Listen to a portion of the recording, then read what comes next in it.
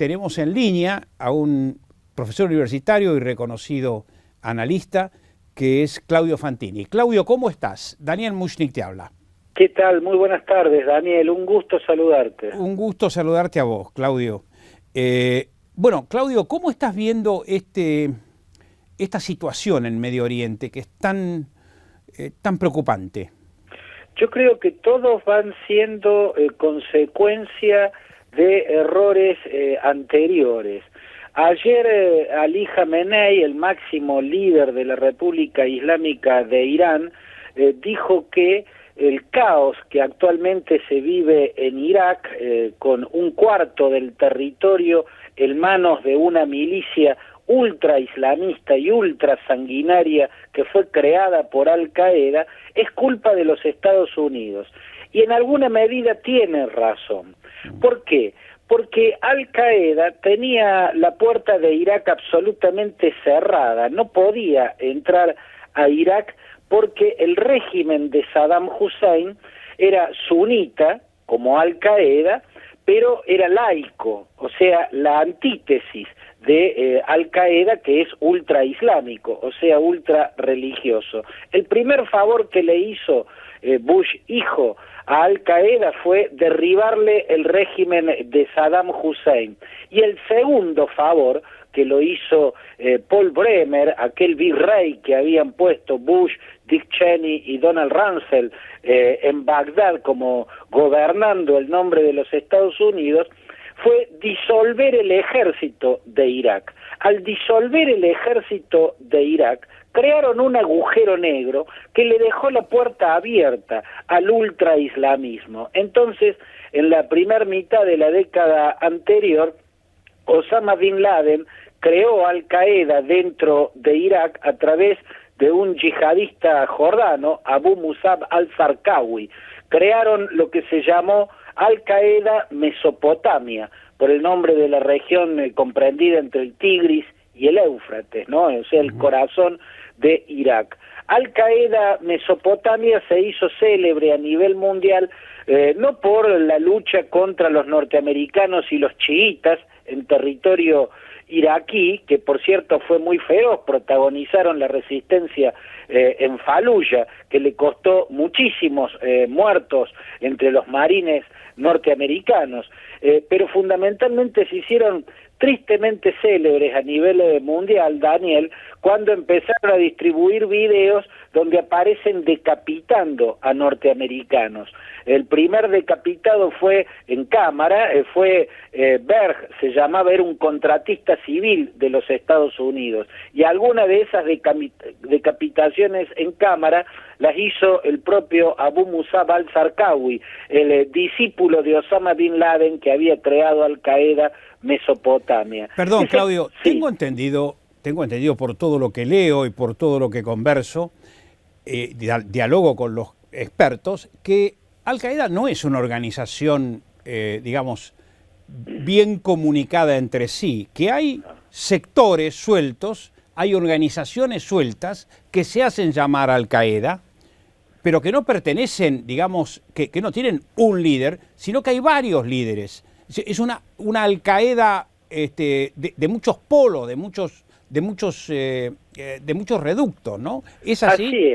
Así es, en gran medida es eso, pero se ha vuelto eso en estos últimos años. Cuando hizo pie en Irak, todavía vivía Osama Bin Laden y todavía tenía un gran control sobre muchas de las milicias que él organizaba, porque él ponía. El caso de Abu Musab al-Zarqawi era un yihadista jordano al que lo había formado en combate el propio Osama Bin Laden en la guerra de Afganistán.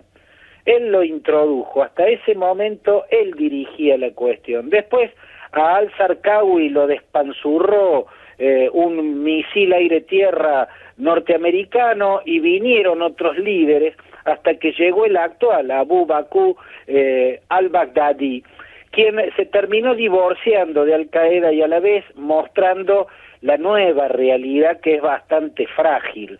La actual líder de Al-Qaeda es el egipcio Ayman al-Zawahiri, este célebre médico egipcio que era el número 2 de Osama Bin Laden y ahora quedó como número 1.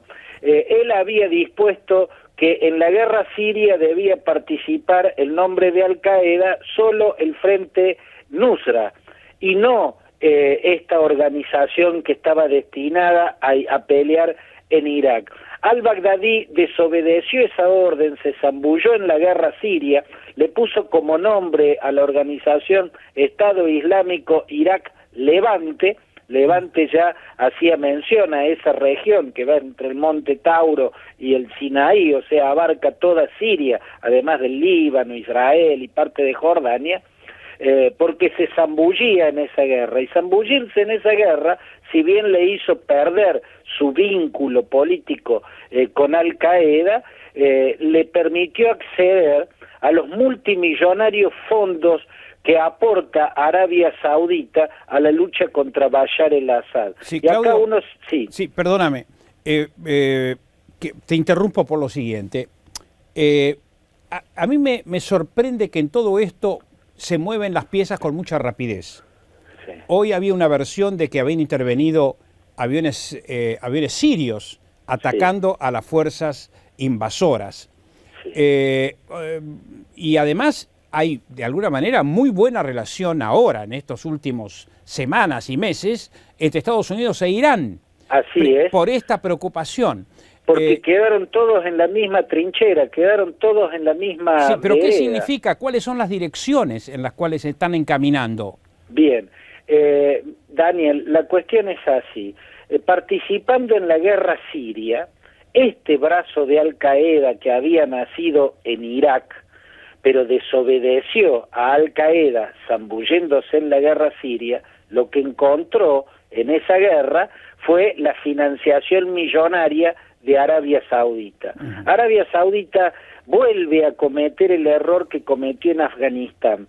Volvió a poner para organizar la financiación de los rebeldes en Siria a Bandar bin Sultan, el príncipe que había organizado la financiación de los mujahidines que peleaban contra los soviéticos en Afganistán y que había puesto como tesorero a Osama Bin Laden. O sea, Arabia Saudita, a través del príncipe sultán, indirectamente había engendrado a el Talibán y a Al-Qaeda. Y ahora vuelve a cometer el error al financiar y al darle armamento de última generación a las organizaciones más ultraislamistas, solo porque son sunitas y porque son wahabitas, que es también la vertiente teológica y la etnia que son dominantes en el reino saudita.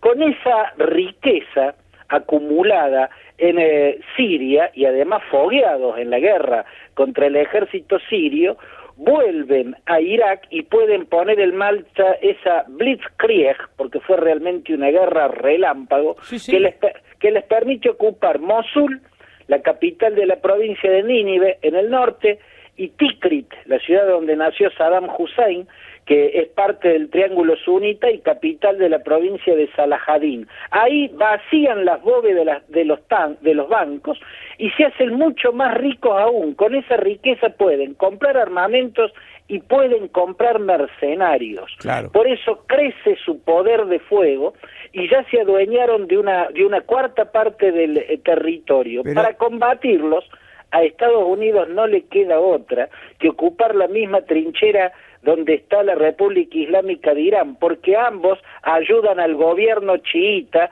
de Nuri al-Maliki, ¿no? Y al ejército iraquí, que es de mayoría chiita y que está siendo derrotado por el ultraislamismo sunita. Es un verdadero rompecabezas, fíjate vos, ¿no?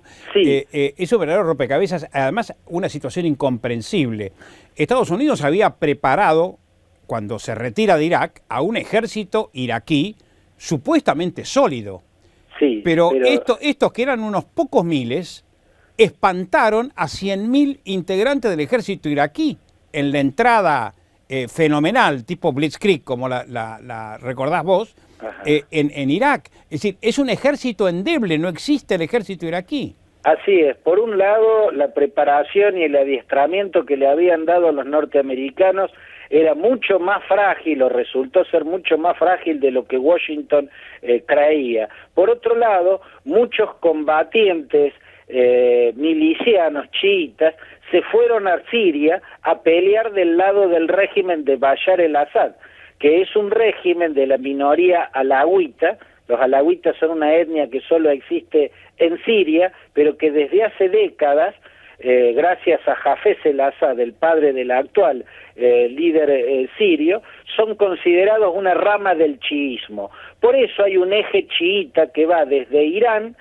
Irak, Siria y el Hezbollah, que es el partido milicia de los chiitas libaneses. Los chiitas, miles de chiitas iraquíes se fueron a Siria a defender al régimen chiita sirio, ¿no? Pero ahora están volviendo a Irak porque el ejército de ellos está haciendo agua frente a esta milicia sunita ultra islamista, y por eso es lógico y creíble que el ejército sirio esté bombardeando, esté atacando o haya mandado sus aviones a bombardear dentro del territorio iraquí a esta milicia ultra islamista sunita, porque esa milicia todavía controla una parte del territorio sirio, una parte que está en la frontera con Irak y que es donde se encuentran varios yacimientos petroleros de Siria. ¿No? Siria no tiene mucho petróleo, pero tiene algunos yacimientos, y algunos de los cuales están situados en una franja territorial que controla esta milicia, que lo que quiere es generar un gran califato ultra islamista en los territorios, uniendo los territorios sunitas de Irak, Siria y el Líbano, ¿no? Y también parte de Jordania. Por eso flor de pretensión. Pero lo absurdo que se va viendo, la vuelta absurda que se va viendo, Daniel, en todo esto, es que viejos enemigos terminan obligados a ser aliados, ¿no? Como Irán, la República Islámica de Irán y los Estados Unidos, y a la vez también, de hecho, Estados Unidos, Irán y el régimen sirio de Bashar el-Assad, e incluso el Hezbollah libanés. Yo no sé si los milicianos de Hezbollah no van a tener que avanzar también y entrar a territorio iraquí para defender al gobierno chiita de Irak, cuyo ejército por sí solo no está dando abasto frente a estos yihadistas del sunismo ultraislamista. Claudio, te pido un abuso de didáctica, a ver si nos ayudás. Por un lado están los sunitas. Sí. En ese mundo musulmán, que es un rompecabezas, están los chiitas por un lado. ¿Qué poder político tienen esos chiitas? Por otro lado están los sunitas. Sí. ¿Qué poder de fuego y qué poder político aspiran a tener esos sunitas? Por otro lado están los wahabi, ¿cómo eran los wahabitas? Los wahabitas de Arabia Saudita. Sí. ¿Qué papel juegan? Tengo entendido que eran aliados de Estados Unidos en todo ese mundo convulsionado, ¿no? Bueno, sí. ¿Podrías hacer un abuso de didáctica y explicarnos, digamos, cuál es el poder de fuego de uno y de otro grupo musulmán?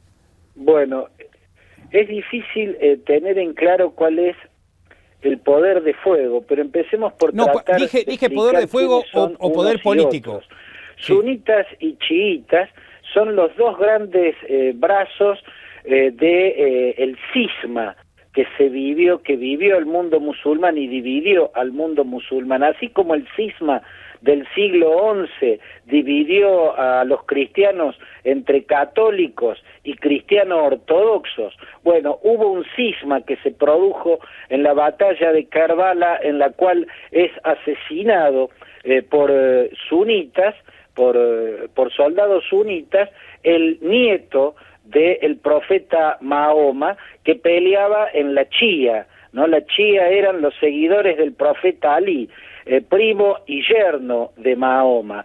De la chía vienen los chiitas. Con la muerte del nieto de Mahoma, que era un líder de la chía, se produce definitivamente el cisma de sunitas y chiitas. Los sunitas son mayoría y han dominado siempre la mayor cantidad de regímenes. El primer régimen chiita que aparece en el Oriente Medio no es en un país árabe, es en Persia, es el régimen islamista que tumba al Shah de Persia, al Shah Reza Pahlaví. La República Islámica de Irán es un régimen chiita porque ese es un país de mayoría chiita.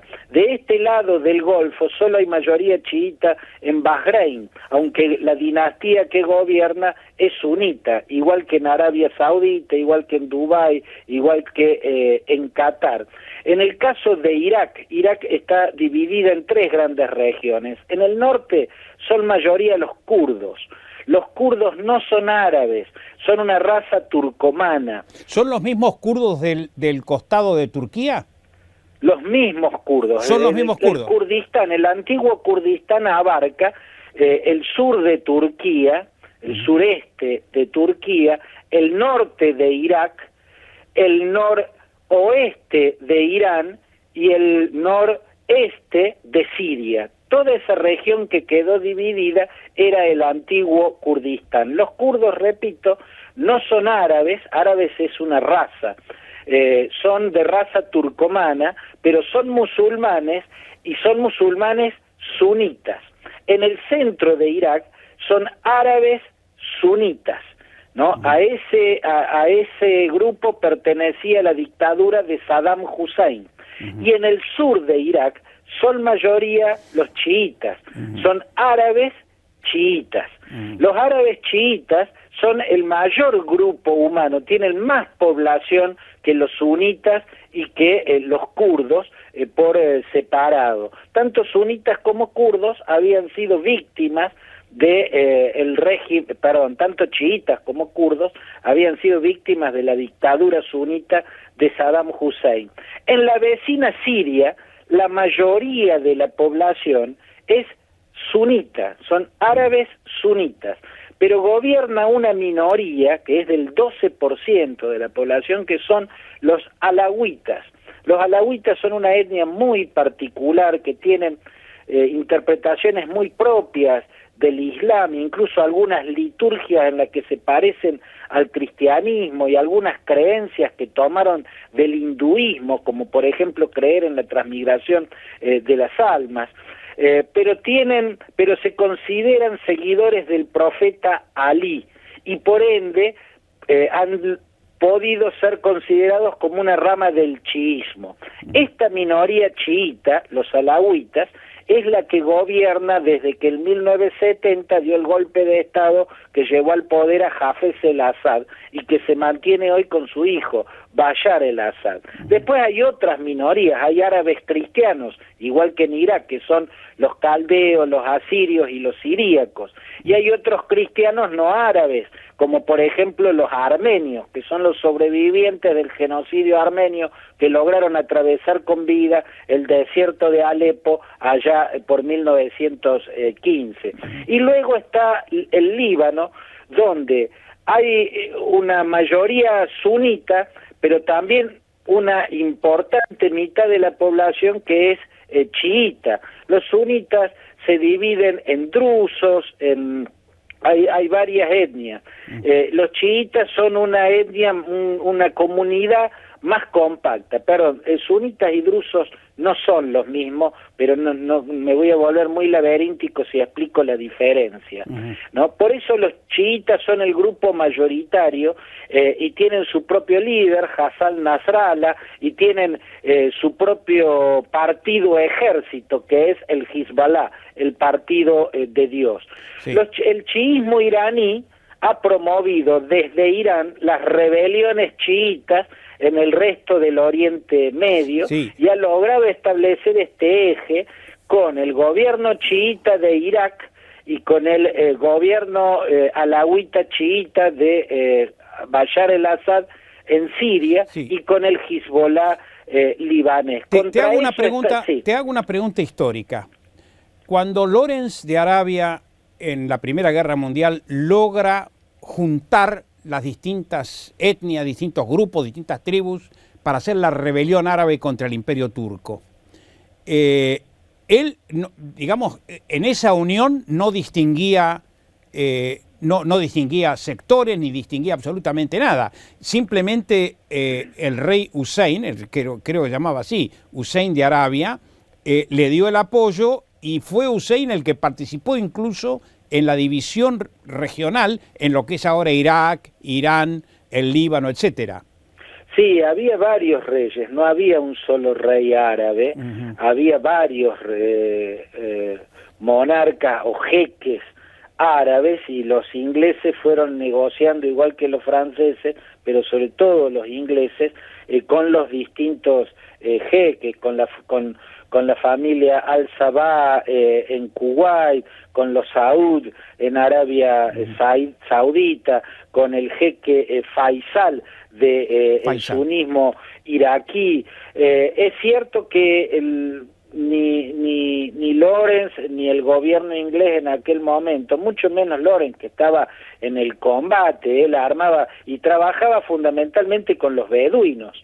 Lawrence de Arabia hacía ejércitos con beduinos, pero por entonces que no manejaban los gobiernos, las etnias árabes no manejaban los gobiernos, porque los gobiernos los manejaba el Imperio Otomano, no había tanto problema entre ellos, había más convivencia entre ellos. Los problemas vinieron cuando terminó el Imperio Otomano y empezaron las luchas por el poder.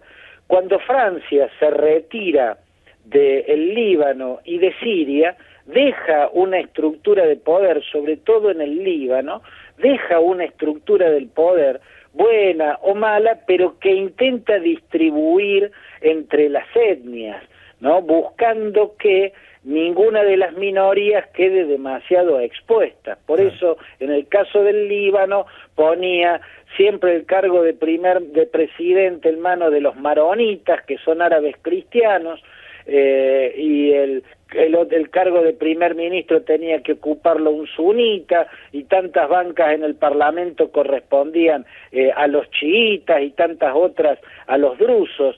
Pero en el caso de Irak, tras la caída de Saddam Hussein en la última guerra, en la que lanza Bush hijo, no se creó una estructura en la cual compartieran el poder, se le diera un lugar a cada etnia. Los sunitas, que habían sido los dueños absolutos del poder en la dictadura de Saddam Hussein, quedaron totalmente fuera de ese reparto de cargos.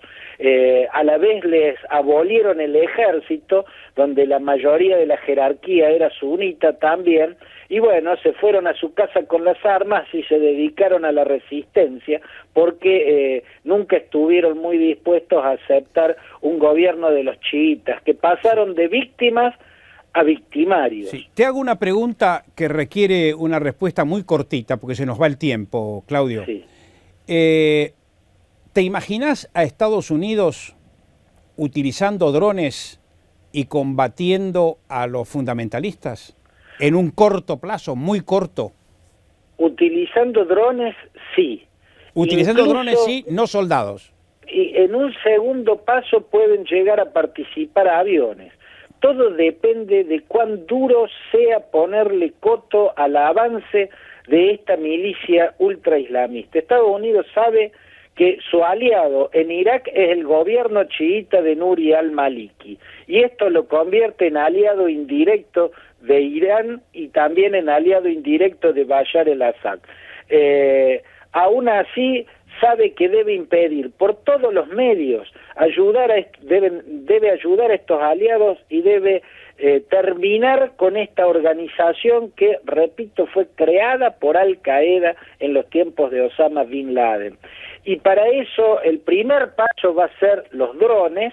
Esa es la forma de involucrarse menos directamente. El segundo paso va a ser, si fuese necesario, ya involucrar la propia aviación, ¿no? O sea, que los pilotos vayan a bombardear a los milicianos del EIL, como se llama el ejército, el Estado Islámico Irak-Levante, y habría un tercer paso al que Obama ruega no tener que llegar, que es involucrar directamente su ejército. No creo que se llegue a ese punto. Para Obama sería un desastre total, porque con lo que costó retirarse de ese territorio, ahora volver a tener que involucrarse. Pero lo de los drones es muy fácil imaginar que en los próximos días o semanas pueden llegar a estar actuando ahí.